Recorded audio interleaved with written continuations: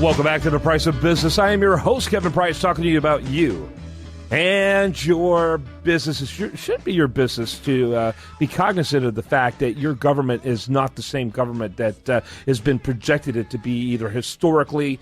It's not what you thought it would be with the warm and fuzzies you got from your social studies class in elementary school. We really live in a country that has become tyrannical. And it didn't happen overnight, but now the evidence of how tyrannical it's become has only become evident really in recent years. Believe me, Obama couldn't get away with what he's gotten away with if it weren't for what Bush was able to get away with. And really both parties seem to be waging systematic war on its people. And that's really what Wayne Allyn Root's message has always been about. His most recent book on the war that the government is waging on the middle class, called The Murder of the Middle Class, is an example of that. And he's also been pretty bold in some of the statements he's willing to make. I've said more than once on this program that if you look at the track record of Justice Roberts, Chief Justice Roberts of the Supreme Court, there's nothing congruent about what he has done since his Obamacare decision back in 2012 and his decision since then with his record before he, before that time. There's nothing congruent about it. There's literally something bizarre going on here, and I kind of half jokingly say it looks like blackmail. But increasingly, as you go along, you got to begin to wonder. Wayne Allyn Root is doing that out loud, and that's why he's on today's program. Welcome. Hey, Kevin, I don't know what's blackmail. I just know the fix is in. It's pretty obvious something's wrong and the fix is in. It could be bribery, it could be blackmail, some sort of intimidation. Who the hell knows? But something's wrong not only with Justice John Roberts, the Supreme Court in general. How about Congress? Boehner, McConnell, all the leadership of the Republican Party gives Obama whatever he wants after we won a landslide in November. I mean, the guy's gotten everything he wants since he lost in a landslide. There's something wrong. Something smells rotten in D.C. It's either the dead carcass of a fish that the Obama crime family leaves on your doorstep, or they give you a bribe to make you go along with their agenda. But something's really wrong. And, yeah, I'm the guy willing to say it. It's interesting you said something about, war, a government at war with us, because my initials are Wayne Allyn Root, war. And I'm at war right back. I'm one of the few guys who's willing to tell the truth and willing to dish it out with Obama. And, of course, this interview was about is the Supreme Court being blackmailed. But it's interesting for all of you to note, I'm a guy who, when I went to war with the Obama administration and tell it like it is in the media every day, they sicked the IRS on me. I'm one of the people who got attacked by the IRS. Yeah, no question about it. And that happens more and more more people are going to get forced to do that. I'm often grateful for the size of my platform, because I kind of think I get messages out without being quite as high on the radar screen. But I wonder. I write a column for places like Huffington Post. I'm one of their token libertarians over there. And, I'm living dangerously myself. And people in a free society should be able to speak their mind. Frankly, we're the only country in the world, Wayne Allyn Root, in the entire world that has legalized and codified the right to hate speech. Yet people are being thrown in jail and being fined $150,000 for practicing the right for speech that, who cares if the larger culture calls it hate? Well, I don't. We live in Looney Tunes. We live in a bizarro world. Kevin, look at the attacks on Donald Trump. My God.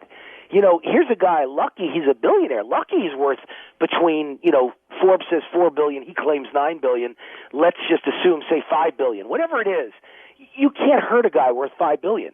But, as an example, me, I'm a small businessman, a very successful small businessman, but I'm a one-man army. I'm not like Donald. I don't employ thousands of people or hundreds of people. It's me giving speeches, doing radio interviews, writing books, best-selling books.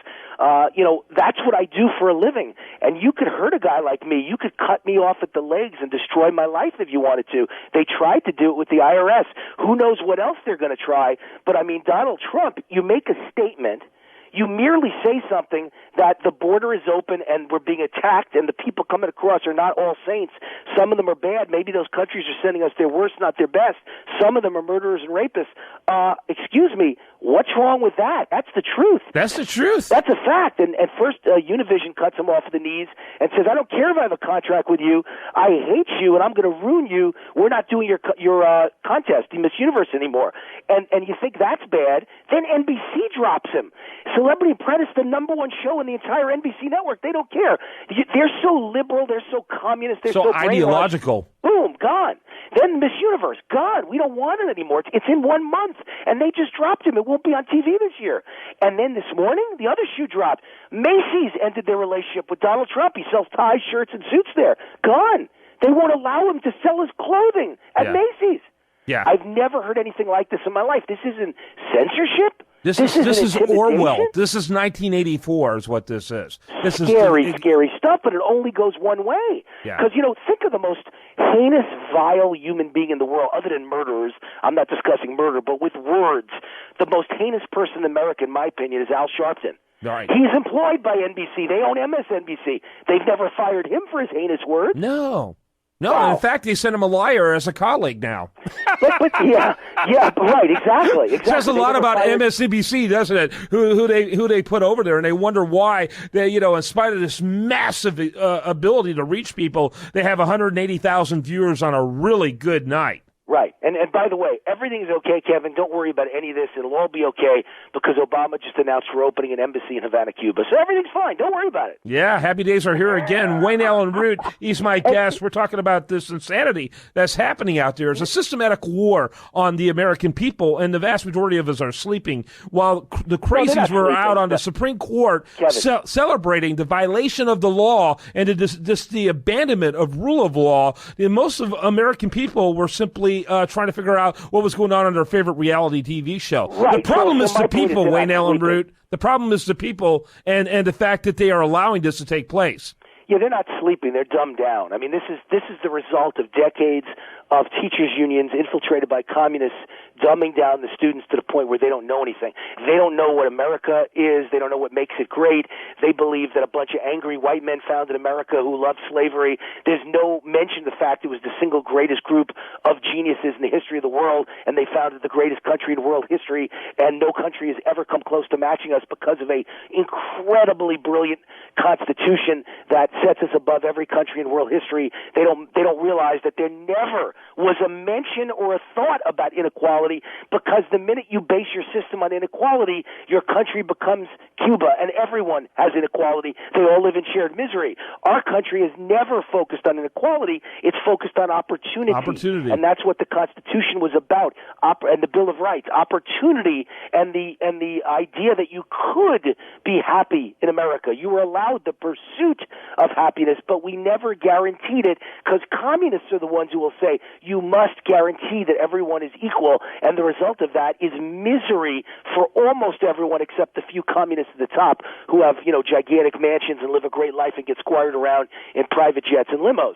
So the end result is everything Obama stands for has ruined, is ruining, and will ruin the United States of America and my kids' future and your kids' future. Yeah, no question about it. No question about it. And, and it's only going to get worse, and the situation is only going to get persistently worse. Well, I want to ask you real quickly, I heard you talk about the Constitution, and I could certainly be happy with the Constitution that was ratified, especially after the Bill of Rights was added. But, something that Thomas Jefferson pointed out as early as 1803 with Marbury versus Madison, that this Constitution wasn't going to work. This Constitution was going to have problems. And then you had the whole anti-Federalists who wrote a response to every one of the Federalist papers. And I got to tell you, Wayne Allyn Root, they've proven to be correct. The things they predicted, a strong autocratic chief executive, an autocracy in a Supreme Court, the United States entangled in world affairs in a way it never needs to be, massive debt in order to pay for wars. Everything he predicted has become true. Well, yeah, and what's interesting is the average person has their thumb up there, and they don't understand how things interrelate. So as an example, what's the big thing in the news? The most Americans don't see it, but all over the world, it's what's happening in Greece. It's such a tragedy. Ironically, what's that famous saying? Greek tragedy. It's such a Greek tragedy. The people of Greece are dead. They might as well just get in a coffin. It's over for them. It doesn't matter if they're probably going to have a bailout in place within a week. That's been my prediction for a month now. No matter how bad it gets, debts, and they keep screaming in negotiations, we'll never take the money, you can't bail us out, we just want to get rid of our debts, we're going to walk away from the EU. They never will, Kevin. Trust me, you'll hear there's a resolution within a week, and this is all theatrical screaming to try and get the best deal possible, but they've known from the beginning they'll never leave the EU, and they will never be allowed to write off their debt. They've got a gun to their head. They have to take the bailout. So they're just theatrics right now. But the point is the people of Greece are in such trouble. Their economy is gone, and they're all going to be starving in the streets. And what the average American, who doesn't care about that, doesn't get is that Greece is a look at the future of America. Because what caused this was debt. What caused this was government spending and too big government. What caused this is giant taxes, so no one in Greece would pay them, so therefore there are no tax revenues. In other words, when you keep raising taxes higher and higher to pay for the debt and the interest on the debt and the spending, and every person in your country is a government employee, and they all think they should retire at age 45 and get a pension of $100,000 a year for the rest of their life, eventually you have to raise taxes to 80%, and then nobody pays them because who could ever pay 80% taxes? So they all commit crimes and don't pay their taxes, and the whole country goes under. Right. That's the future of America under Obama, folks. That's it. There it is. Right in front of you. We got 22 million government employees, and they're all overpaid. Where I am in Nevada, you'd never believe this, Kevin. In Nevada, the Wild West frontier state that, right now is Republican governor, Republican lieutenant governor, Republican state senate, Republican assembly. If you ever saw the list of what government employees are paid here, I swear to God, you'd think. Do you know that the list is pages and pages long of government employees making $600,000, $400,000, $500,000? A few of them at the college make $1 million a year to be a professor at UNLV. And how about the fact that firemen, the list is pages long with 20 on each page, who are getting pensions of $200,000 a year. Wayne, I only got a couple of minutes left, and I have a couple of key questions to ask you. But a great example is the reason why Scott Walker, who's one of the most unionized states in the country, is a rock star. So he took a state whose education system was in the gutter, but the average teacher was making almost $100,000 a year. That's why he's a rock star, because his willingness to reform that. And he's only one of many, and one of at least a few I find acceptable of the presidential candidates. Who do you like? Well, you know what? You and I have never spoken before this interview about what we were going to say, so great minds think alike.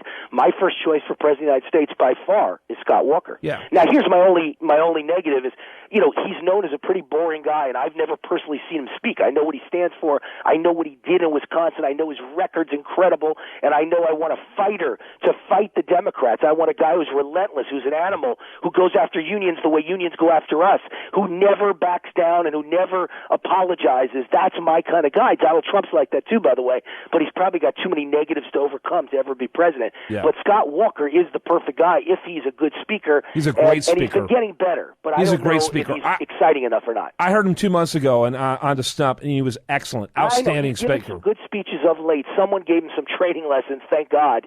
I'll bet he's had a speech coach training him how to speak. But the end result is he's got the best record for the Republican Party, and, the best guy for the job, I think, is Scott Walker. So we'll see. I'd love to see He's Marco a doer, Rubio. not a talker, and that's so important. And we need a governor. We need someone with chief executive experience. There's a reason why we hadn't elected anyone from the U.S. Senate in over a half a century, that being Obama since Kennedy, is because U.S. senators are typically lousy presidents. Right. I will say, of all the group... I think we need a Marco Rubio as VP, or a woman, Carly Fiorina, something other than two white men again, like Romney and Ryan. It's got to be, I'm sorry to say, I don't want to play race politics, but we're a country that's changed so fast, Kevin. Yeah. You can't win the presidency with two white men again. It just doesn't work. I think you're right. Wayne Allen Root, by the way, learn more about him at Root, R-O-O-T, for America, rootforamerica.com. Thanks, Wayne. Hey, and don't forget the book. Make sure everyone knows. I wrote the book that explains everything that's happening. It's called The Murder of the Middle Class, national bestseller. It's out now. The Murder of the Middle Class. Brilliant book. Read that book. That's why this is happening. It's all there in black and white. Thanks, buddy. Kev. Thanks, bud. All right, when we come back, much more for you on tomorrow's program. Do want to remind you, actually Monday's program, do want to remind you the best content here shows up over there at usdailyreview.com.